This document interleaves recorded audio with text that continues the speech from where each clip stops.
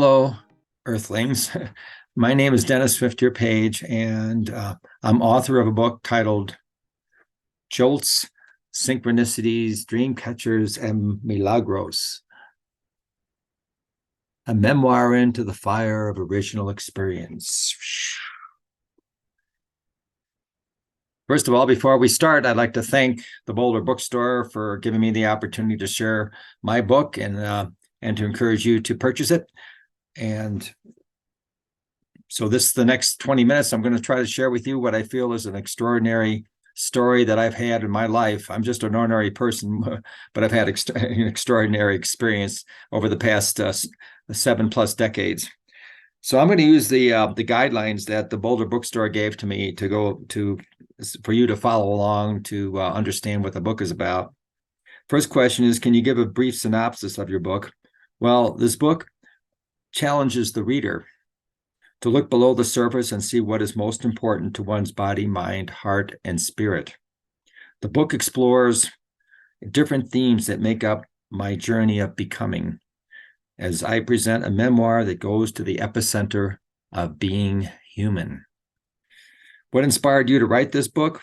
Well, I consider myself an ordinary person with extraordinary experiences to share that have catapulted me toward a higher spiritual self. Plus, I'm getting up there in my years and needed to share these stories that molded me to where I am today. Grateful, energetic, nature-loving, inclusive-minded, with a conscience to pay attention to life's forces, both visible and invisible, and the ascending lessons learned from living in the moment. Can you talk about the title of your book and how it relates to your story? Well, this book is an interwoven, personal, experiential tapestry of 4 distinctly profound, influential categories. Jolts, blindsiding, harrowing challenges that have greatly shaken my view of life. Synchronicities, peak experiences and serendipitous encounters that have remarkably placed me in the right place at the right time, propelling myself toward the direction of my destiny. Dream catchers, inspirational people and nature revelations instilling compelling lessons of eternal wisdom. And finally, milagros, miracles guiding me toward a deeper spiritual and more mystical awakening with the universe. Next question, can you tell us about the native traditions that have helped guide me? I have spent perhaps the last 4.5 decades exploring indigenous traditions, particularly with the Lakota and Hopi.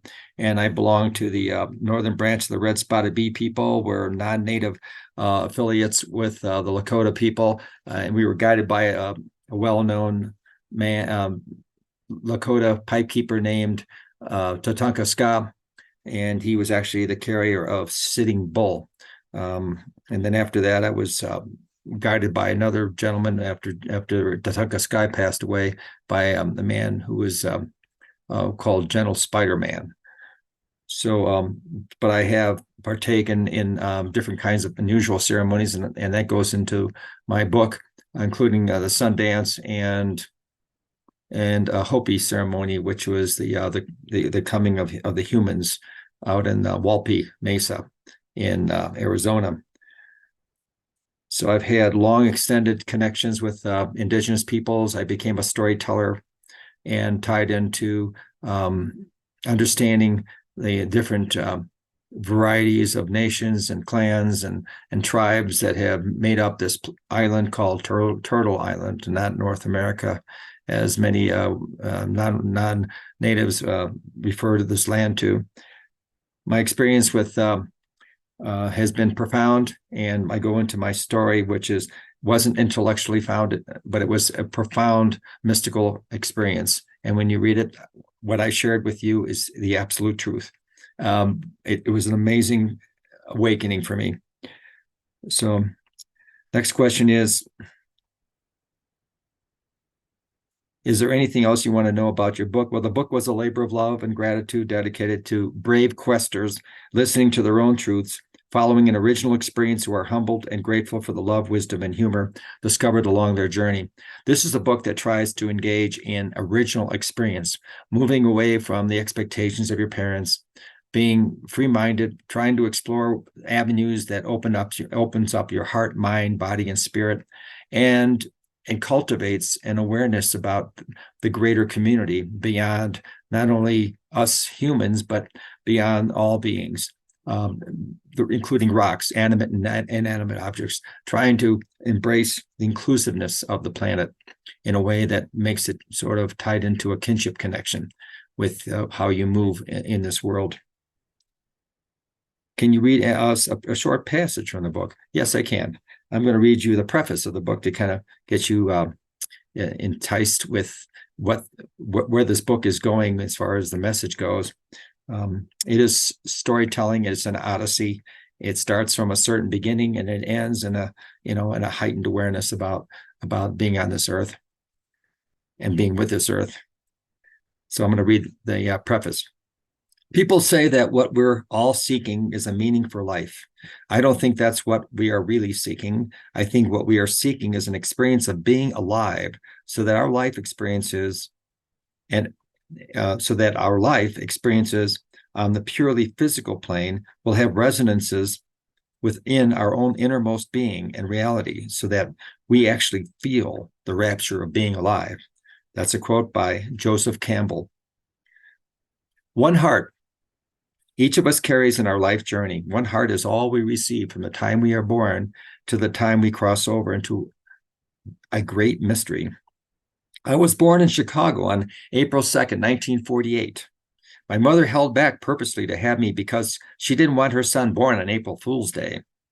I was named after a well-known actor named Dennis Morgan in the 1940s, whose name became practically unknown in the 1950s.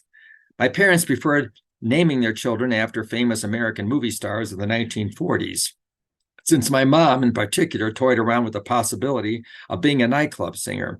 Unfortunately, when the 1950s arrived, the most popular character with the name of Dennis to capture the hearts and minds of children was a comic strip child with an insatiable curiosity continually getting him into trouble. His name was Dennis the Menace. I literally acquired an unfair reputation during the first few years of my life, receiving a stigma associated with this overly energetic child who caused daily havoc to his parents. But admittedly, I began to believe I was Dennis the Menace reincarnate after all the ridiculing from possessing that first cursed name. When I was 6 weeks old, my heart stopped beating for 10 seconds, and as a result of surgical complications from a clogged stomach valve, which was called pyloric stenosis, I wound up receiving 16 stitches vertically over my diminutive belly, which became a permanent scar. The threat of death came early, but so did my affirmation for life.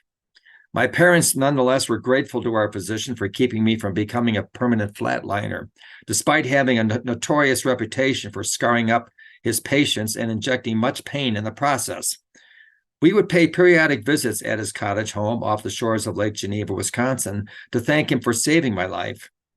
For the first 2 years, my parents worried about me barely speaking, but they allowed Mother Nature to work out her internal chemistry in my perplexing, quiet condition. After about 3 years, in the words of my mom, you couldn't shut him up. Suddenly, I acquired the reputation of being a cute, curly-haired Dennis the Menace and was given the nurturing awareness at an early age to not take life lightly, but to energetically embrace every moment while my heart was still pumping those life-affirming juices.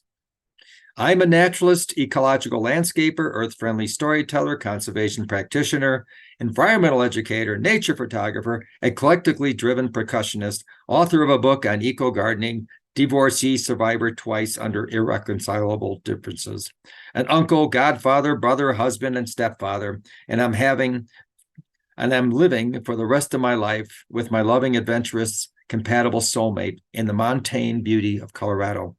I hope to some, I am a friend. I also bird, hike, and run up mountains. I connect with the great outdoors and humanity. I'm a seeker and observer in the awe of the micro and the macro side of the universe. I'm a lover. My being finds its solace and deep psychology in wild natural places. I resist the easy path and claim the implausible, indecipherable, irreverent, and unconventional. I can be a genuine pain in the ass. I'm youth-like, a lucid dreamer, a critical thinker, garrulous at times, and enigmatic. And I regard myself a temperamental empath. Now, a very grateful and healthy retired septuagenarian, I wish to share some good medicine for you to keep close to your sacred heart and mind. Often considered untranslatable, the ancient Japanese phrase mano no aware refers to the bittersweet realization of the ephemeral nature of all things.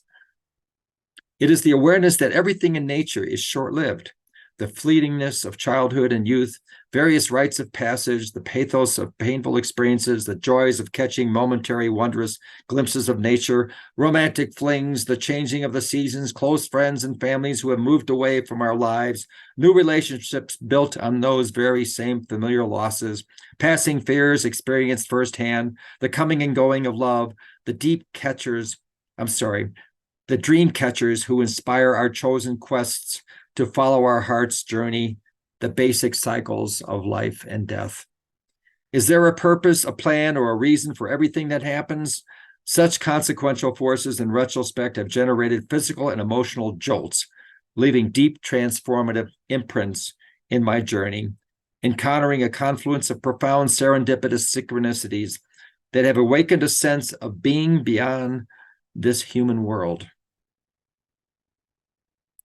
Deeply indebted to the mentors and inspirational figures who caught my desire to be who I am and what I dream to become.